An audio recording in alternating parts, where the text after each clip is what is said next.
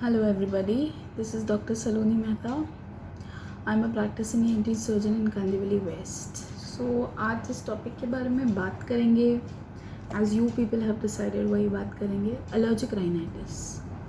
तो बेसिकली एकदम सरल भाषा में एक्सप्लेन करूँगी, लेमन लैंग्वेज जिसको बोलते हैं, ताकि एकदम अच्छे से आप लोगों को समझ आ पाए कि एलर्जिक राइनाइटिस में क्या करना चाहिए। सबसे पहली चीज़ एज़ यूजुअल दवाइयाँ नहीं बताने वाली हूँ, ओके, बिकॉज वो तो anybody can do. What I am going to tell you is precautions कि एलर्जिक राइनाइटिस के लिए क्या क्या प्रिकॉशंस लेने चाहिए, उसके बारे में आज बात करेंगे।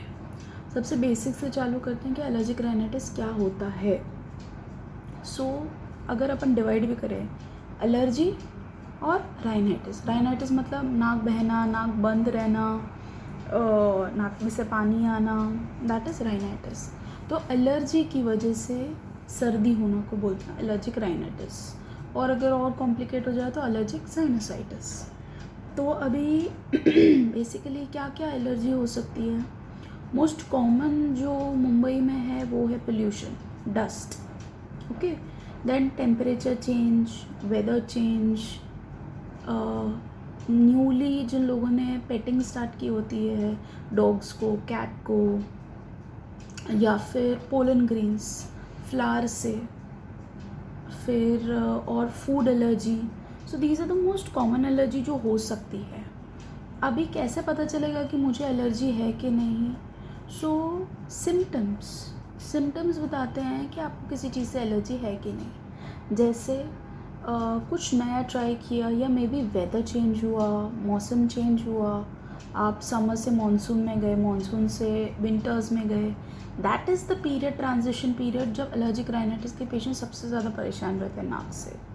तो नाक बंद रहना, नाक से पानी आना, स्नीजिंग होना, हेडेक होना, यहाँ पर फेशियल हैवीनेस लगना, these are the most common signs of allergic rhinitis.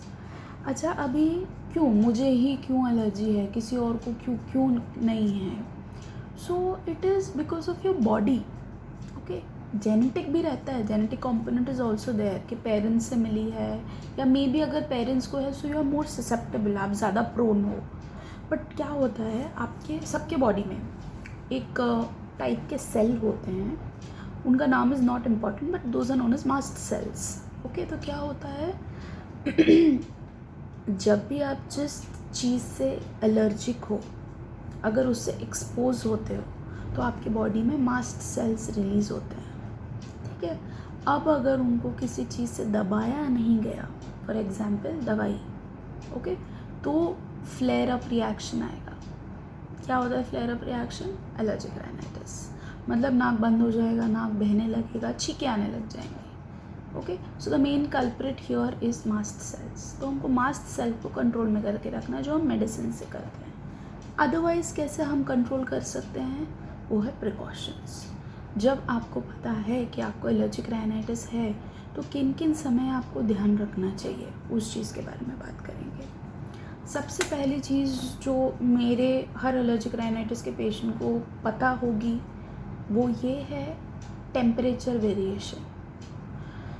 जब आप सुबह सो के उठते हो, तो no matter what the season is, आपका body temperature will always be warmer than the surrounding. आपका बॉडी गर्म होगा सराउंडिंग से। जब आप सुबह सो के उठते हैं, आप अपना ब्लैंकेट हटा दीजिए, फ़ैन बंद कीजिए, एसी बंद कीजिए, बेड के ऊपर 5 से 10 मिनट बैठिए। आप you can watch news, you can do WhatsApp, whatever you want to, but sit for 5 minutes, let the body temperature normalise. उसके बाद अगर उठ के मुंह धोने की आदत है, तो हम ठंडे पानी से नहीं धोएंगे। मतलब tap water if it is cold you will not use it, what you will use otherwise is bottle water, जो पीने का पानी होता है। नाक पे ठंडा पानी लगेगा, वापस से सेम प्रॉब्लम्स होगी। अगर रात को 9 बजे, सुबह 9 बजे से पहले नहाने की आदत है, ठंडी सीजन्स में बता रही हूँ, तो अगर शावर यूज़ कर रहे हो तो lukewarm water, cold water again should not fall directly on your nose, okay. So ये टेम्परेचर वेरिएशन का ध्यान रखेंगे। और टेम्परेचर वेरिएशन कहाँ पे होते हैं? आपके वर्क प्लेस पे। पूरे दिन आप एसी में बैठे हैं, जब आप घर के लिए निकल रहे रहते हैं, अगेन टेम्परेचर वेरिएशन होता है। बाहर इज़ वार्मर देन आपका वर्क प्लेस पे, तो क्या करो, गेट पर from where you cross, gate पे 5-10 मिनट के लिए खड़े रहो कि बॉडी को टेम्परेचर नॉर्मलाइज होने दो, उसके बाद आप घर के लिए निकलो। Second one more important thing है, सुबह उठते से ही वॉशरूम गए, फ्रेश हुए, and some people have this habit of going to workouts, heavy workouts और मे बी जॉगिंग जिसमें बहुत स्वेटिंग होता है, सो अगेन टेम्परेचर वेरिएशंस। सो जिन लोगों को एलर्जिक राइनाइटिस वगैरह है, सुबह उठते से ही don't start with all this, give your body some time, and when you are doing heavy exercises, heavy jogging जिसमें बहुत स्वेटिंग होता है, अगेन वापस से your body temperature is very hot, so don't go and sit under fan और don't go and sit in AC to just sweating को हटाने के लिए, ये मत करो। अगेन टेम्परेचर वेरिएशन होगा, again you are going to have problems. So one most important factor is temperature variation. Second most important factor is जब season change होता है, वो टाइम पर एलर्जिक राइनाइटिस के पेशेंट बहुत परेशान हो जाते हैं। जैसे अभी मानसून में many of my allergic rhinitis patients are coming back because ध्यान नहीं दिया उस टाइम पे। Okay, so right now the most important thing is जब आप अपने घर से निकलो तो आप अपने डेस्टिनेशन पे पहुँचो, वेयर मास्क। N95 नहीं पहनने को बोल रही हूँ, कपड़े का मास्क तो बिल्कुल भी नहीं पहनने को बोल रही हूँ, जो ब्लू कलर का सर्जिकल मास्क आता है वो पहनिए, यहाँ से कवर करिए। Okay, so the pollen grains, the dust particles, pollution, वो सारी चीज़ें नहीं जाएगी नाक में। ओके, वो चीज़ का ध्यान ज़रूर रखिए। Now one more thing is, अगर पोलन ग्रेन्स की एलर्जी है तो अगर किसी ने फ्लावर वगैरह कुछ भी गिफ्ट किया है तो वो हम सूंघेंगे नहीं। अगेन पोलन ग्रेन्स नाक में जाएंगे, you will start sneezing. Fine, if you have the habit of planting plants in your house, leafy plants को करिए, फ्लावर्स जिनमें पोलन ग्रेन्स वगैरह हो, डोंट डू इट। ओके, वो चीज़ का ध्यान रखेंगे हम। दूसरा चीज़, अगर घर के आजू बाजू कहीं कंस्ट्रक्शन चालू है, so keep your windows closed. Again small dust particles नाक में जाएंगे and you will have problem. If you are petting dogs और कैट्स दैट हैव फर, तो wear a mask and pet. I am not saying don't stop petting, I am not saying that, I am saying wear mask and pet, and after petting wash your hands properly. दूसरा, अगर घर के आजू बाजू nests हैं, a lot of birds हैं, या somebody has the habit of giving food to the birds, जिसकी वजह से pigeons and all आते हैं, so their feathers and shit also causes allergic rhinitis problem in some people. So again same way, same precautions, windows बंद रखो, make sure that the area is clean. Okay, वो चीज़ का ध्यान रखेंगे हम। दूसरी चीज़, this is actually sometimes not possible, but अगर पॉसिबल हो तो AC और फैन के नीचे डायरेक्टली मत सोइए। Okay, and one more thing is, AC, कुछ लोग की आदत होती है कंबल ओढ़ के सो जाते हैं, AC पूरी रात चालू रहता है, वैसा नहीं करेंगे हम। आधे घंटे के लिए 15 मिनट्स के लिए AC चालू रखिए, बाद में बंद करिए, फ़ैन के अंदर सोइए। Those people who have allergic rhinitis problem, उन लोगों के लिए बात कर रही हूँ, ठीक है। सो वो चीज़ का एक और ध्यान रखेंगे। Now why it is important to see a doctor if you are having repeated allergic rhinitis problem is, aggravate हो रहा है किसी चीज़ की वजह से, तो हो सकता है आपकी नाक की हड्डी टेढ़ी हो, you might be having DNS, जिसकी वजह से आपका एलर्जिक राइनाइटिस एग्रीवेट हो रहा है। So you need to solve that problem by seeing your doctor. Okay, बाकी देयर आर 2 थिंग्स जो आप और कर सकते हो, वो है एक IgE testing and allergen testing. These 2 things are there, जिससे हमें पता सकता है कि बॉडी में एलर्जी की मात्रा कितनी है। Okay, so if anyone want to undergo that, just ping me, WhatsApp me, I will help you through the process.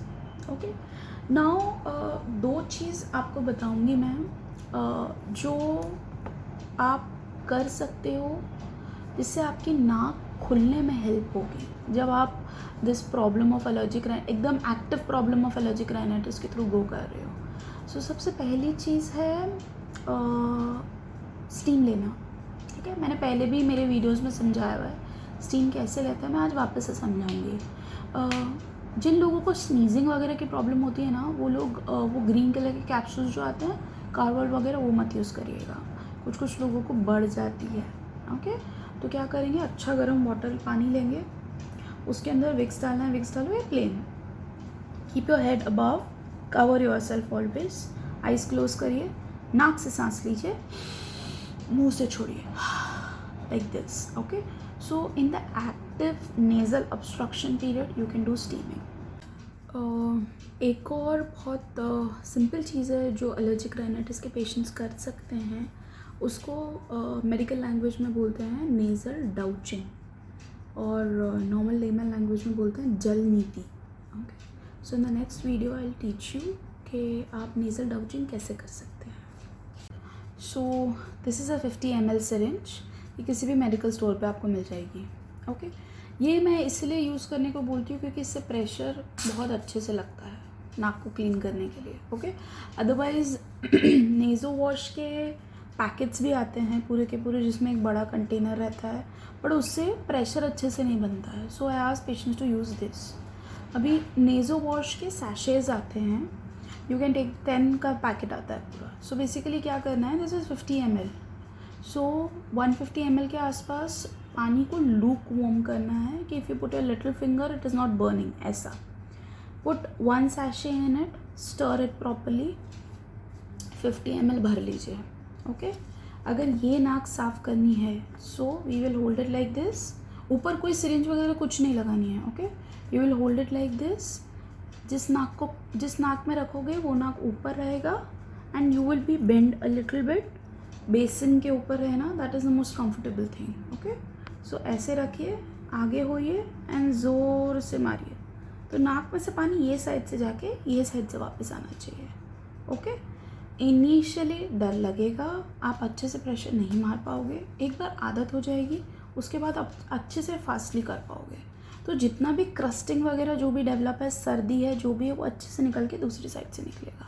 Same way आपको इस साइड भी करना है। ओके, जो नाक करना है वो ऊपर रहेगा, आप बेंड होगे और फिर ज़ोर से मारना है। ओके, ड्यूरिंग दिस प्रोसेस नाक से सांस नहीं लेनी है, ये चीज़ का ध्यान रखिएगा। So this is one thing जिसको हम बोलते हैं नेज़ल डाउचिंग।